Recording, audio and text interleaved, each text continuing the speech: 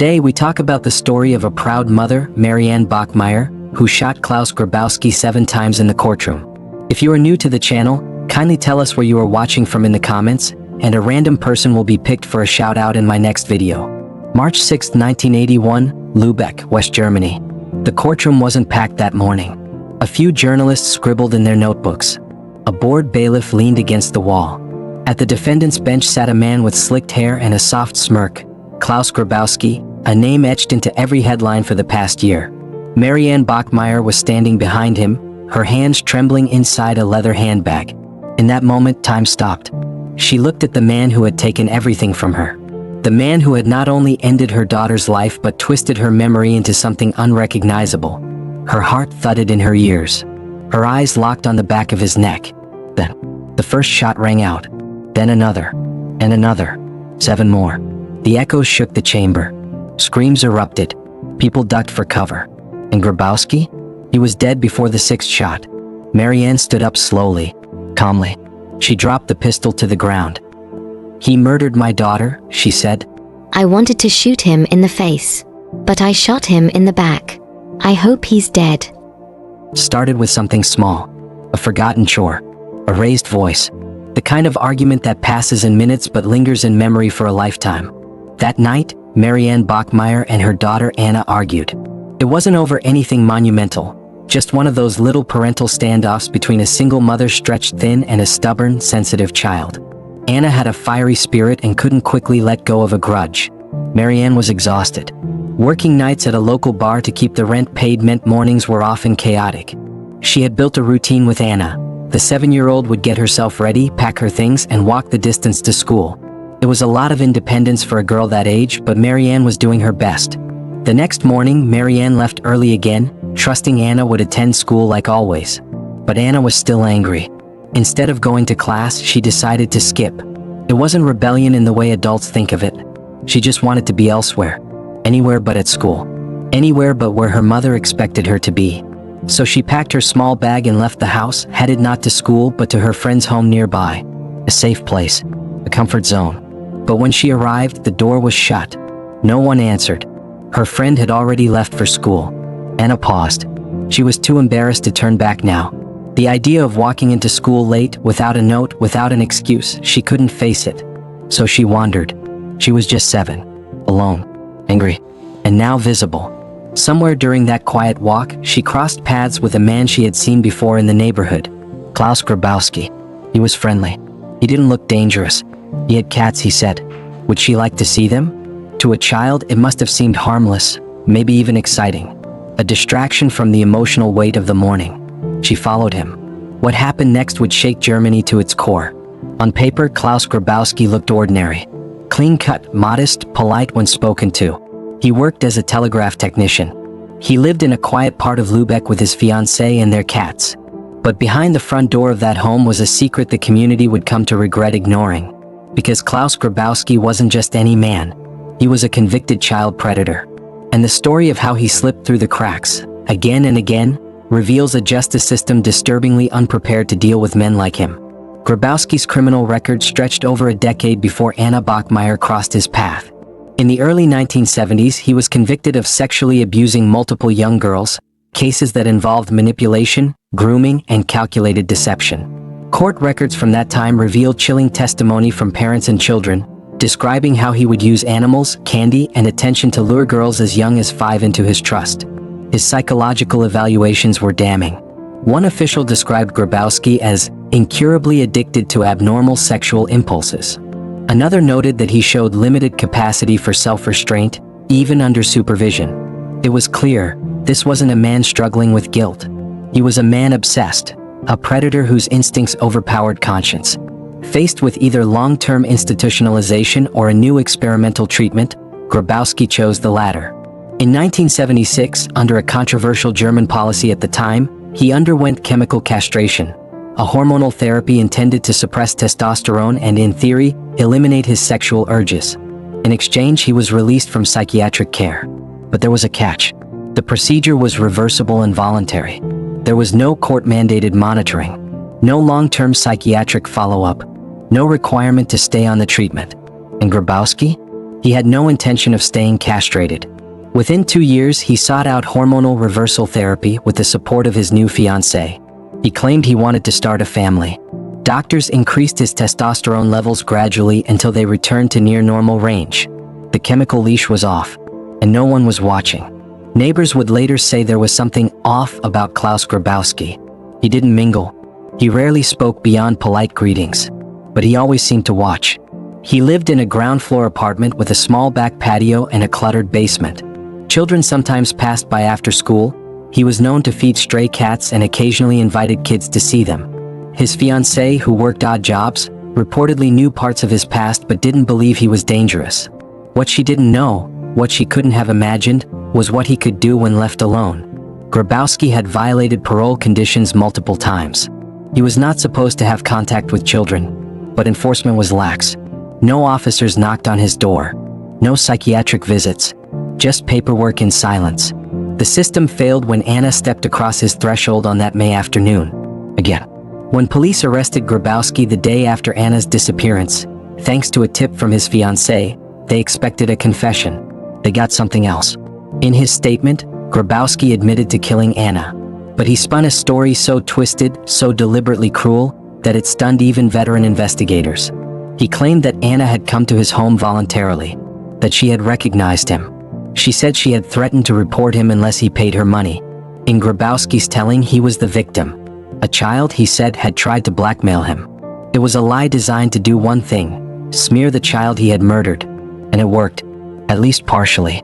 These false claims were repeated in court when the case went to trial. And Marianne Bachmeier, already drowning in grief, was forced to sit through hours of this poisonous narrative. She listened as lawyers questioned her parenting, listened as strangers dissected her daughter's life, listened as her child's killer distorted reality to escape the full weight of his crimes. This was no longer just a trial. It was character assassination.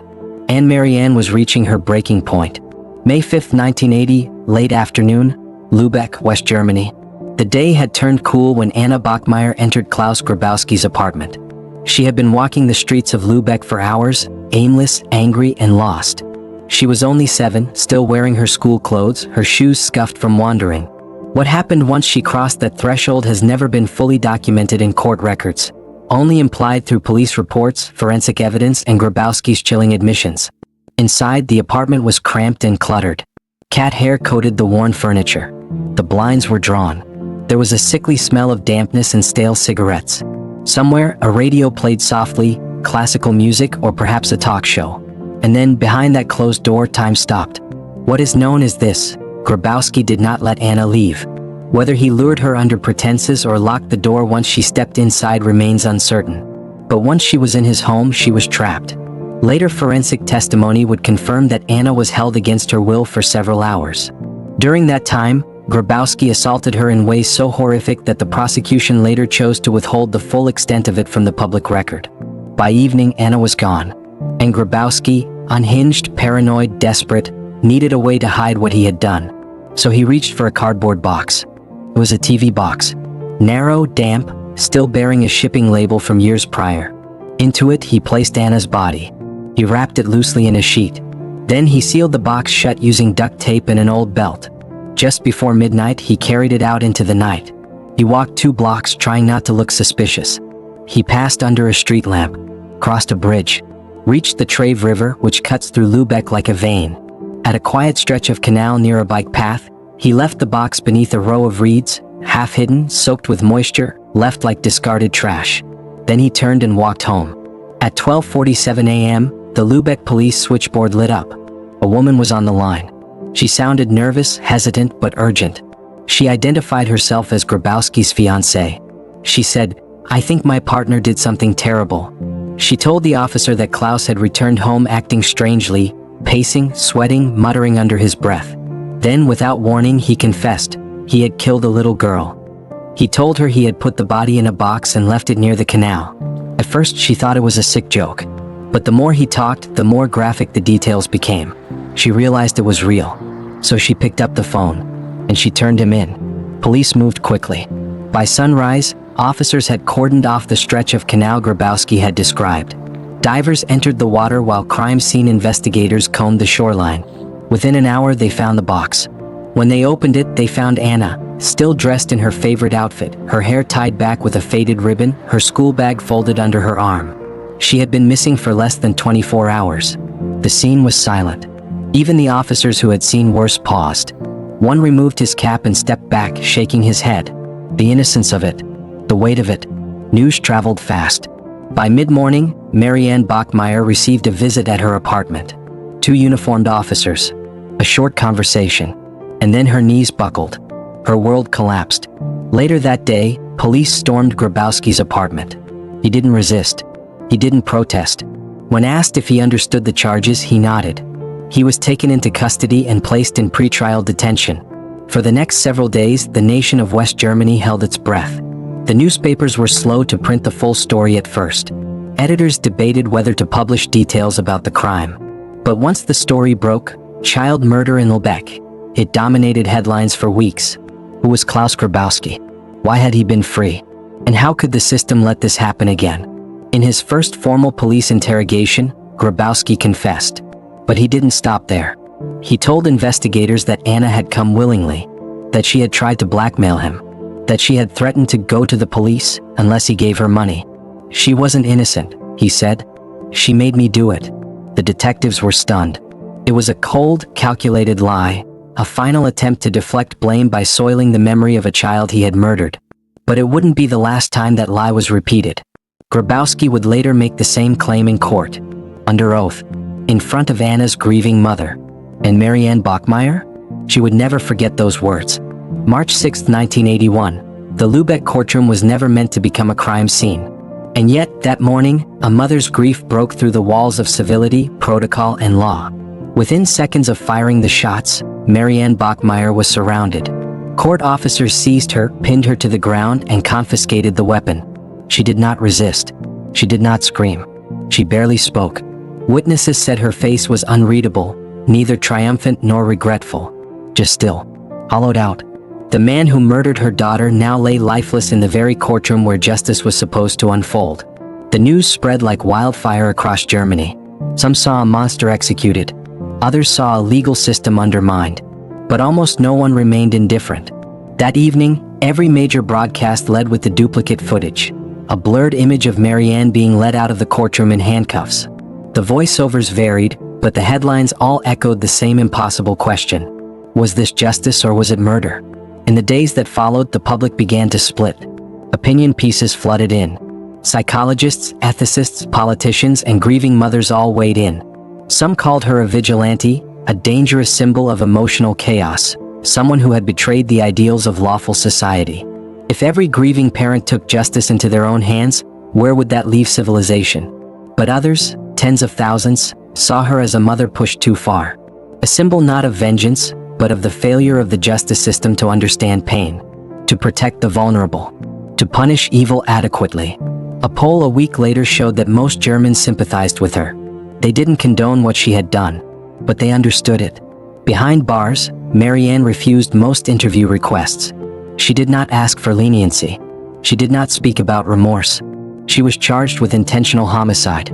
The prosecution initially considered premeditated murder, but the complexity of her motives and the overwhelming public emotion made this case unlike any other in post-war German history. In the eyes of the law, this wasn't about a grieving mother and a dead pedophile. It was about the rule of law and whether it could stand unshaken in the face of moral outrage. Marianne Bachmeier's trial would begin the following year. It would captivate a nation, reignite debates about justice, and it would force Germany and the world to confront an uncomfortable truth. Sometimes the line between right and wrong isn't drawn by the law. It's drawn by pain. On March 2, 1983, nearly 2 years after the courtroom shooting, the state of Schleswig-Holstein v. Marianne Bachmeier officially began. The world watched. Journalists packed the seats. TV vans lined the streets outside Lübeck's district court. Protesters and supporters gathered with signs, some reading justice for Anna, others no to vigilante law. Inside, Marianne Bachmeier looked quiet. She wore black. She rarely raised her eyes. To many, she didn't look like a killer. But this wasn't about appearances. It was about principle. She was charged with murder, manslaughter, and unlawful possession of a firearm. If convicted of murder, she faced life in prison. The prosecution argued that her act was not a crime of passion, but a calculated execution. They emphasized the facts. She had acquired a pistol illegally.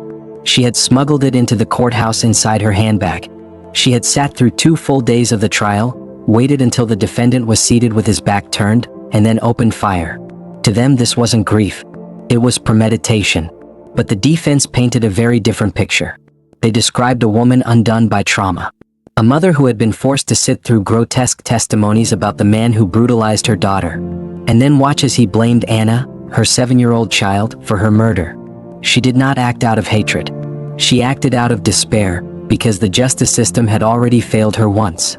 They argued it was not cold-blooded vengeance, but a moment of unbearable psychological collapse, what legal scholars call a psychological exception state. Throughout the trial, Marianne remained largely silent. When asked why she had done it, she responded plainly, I saw his back. I saw him sitting there. And I thought, this is the moment. I have to do it now, or never. I didn't want to kill him. I just wanted him to stop lying about my child. The public, meanwhile, remained riveted. Crowds held vigils outside the courthouse. Donation drives were launched to cover her legal costs. One paper called her Germany's Joan of Arc. Another labeled her a dangerous precedent. In homes and cafes across the country, people debated, was it justice or was it anarchy? And then, in June 1983, after weeks of testimony, cross-examination, and a nation's collective soul-searching, the court delivered its verdict. Marianne Bachmeier was not found guilty of murder. The court ruled that she acted with diminished responsibility. She was convicted of manslaughter and unlawful possession of a firearm and sentenced to 6 years in prison. But even that would prove temporary. She would serve just 3 years before being released, not as a criminal but as a symbol. Marianne Bachmeier walked out of prison in 1985. She had served just over 3 years. She was no longer behind bars, but not free of judgment and indeed not of grief. Germany had changed. She had changed. The country's obsession with her case had faded into quieter debates about law and ethics. But for Marianne, the noise inside never stopped. She struggled to find work, to reclaim privacy, to feel safe. Journalists still trailed her occasionally. Strangers still whispered. In some circles, she remained a hero. In others, a cautionary tale. Eventually, she did what many who feel lost do. She left. In the late 1980s, Marianne moved to Nigeria and the United States. Later, she would settle in places like Sicily and even Kosovo. She worked odd jobs, as a translator, aid worker, and journalist, always looking for something and trying to escape the long shadow of that one day in court. She never remarried. She had more children, 2 daughters, but kept them out of the public eye. In interviews years later, Marianne described her life after prison as disjointed and restless. She once said, I never felt at home again. Nowhere. Not even in myself. Despite attempts at reinvention, she never stopped visiting Anna's grave, a small flower-lined plot in Lübeck. She went often quietly, sometimes alone, sometimes with one of her daughters. Marianne later spoke about the unbearable silence that followed Anna's death, how it felt like the world had gone on, but her clock had stopped ticking. In the late 1990s, she gave one of her final primary interviews. Her face more aged, her voice steadier but sorrowful, she said, People think I'm strong, but they don't see the silence I live in. The silence after the shots. That silence is still with me. In time, even the most passionate debates about her case faded. New crimes dominated the headlines. New tragedies claimed the public's attention. But for those who remembered, Marianne Bachmeier had become more than a mother and a defendant. She had become a haunting reminder of a question that still lingers in courtrooms, classrooms, and dinner tables around the world. When justice fails, what happens next? In the end, Marianne Bachmeier returned to where it all began, Germany. She had spent years in self-imposed exile, drifting through foreign cities and unfamiliar languages. But when her body began to fail, she chose to come home. In 1996, Marianne was diagnosed with terminal pancreatic cancer. She was only 45 years old. Facing death, she was calm, some say almost resigned. She knew pain. She had lived beside it for 2 decades. Now she was simply nearing its border. She spent her final months in Lübeck, where her life had been shattered. Her return was quiet. There were no press conferences, no sensational headlines. But some people noticed. A former neighbor saw her thinner, slower, unmistakable on the tram. A nurse later recalled her as dignified and sad, like someone carrying invisible luggage. She agreed to one last interview. When Anna died, most of me died too. What happened in court, it didn't fix anything. It didn't bring her back. I know people call me brave, but I was a mother, not a symbol. And I was very, very tired. On September 17, 1996, Marianne Bachmeier passed away in a Lübeck hospice, surrounded by a few close friends and one of her daughters. She was 46 years old. Her request was simple. She wanted to be buried beside Anna. And so she was. Together again, in the only place where justice, grief, and love might finally rest. The story of Marianne Bachmeier continues to echo through time, taught in law schools, debated in ethics courses, retold in documentaries like this one. Was she right? Was she wrong? Was she a mother seeking justice or a vigilante challenging the very system we depend on? These questions remain unanswered and perhaps unanswerable. But here is what we do know. In a moment of uncontainable grief, one mother pulled a trigger. And the world hasn't stopped talking about it since. This is not just the story of a murder. It's the story of what happens when the law meets the limits of the human heart. Let us know in the comments. Do you believe Marianne Bachmeier did what any parent would have done? Or did she go too far? Like, subscribe, and stay tuned for more untold stories from history's forgotten corners.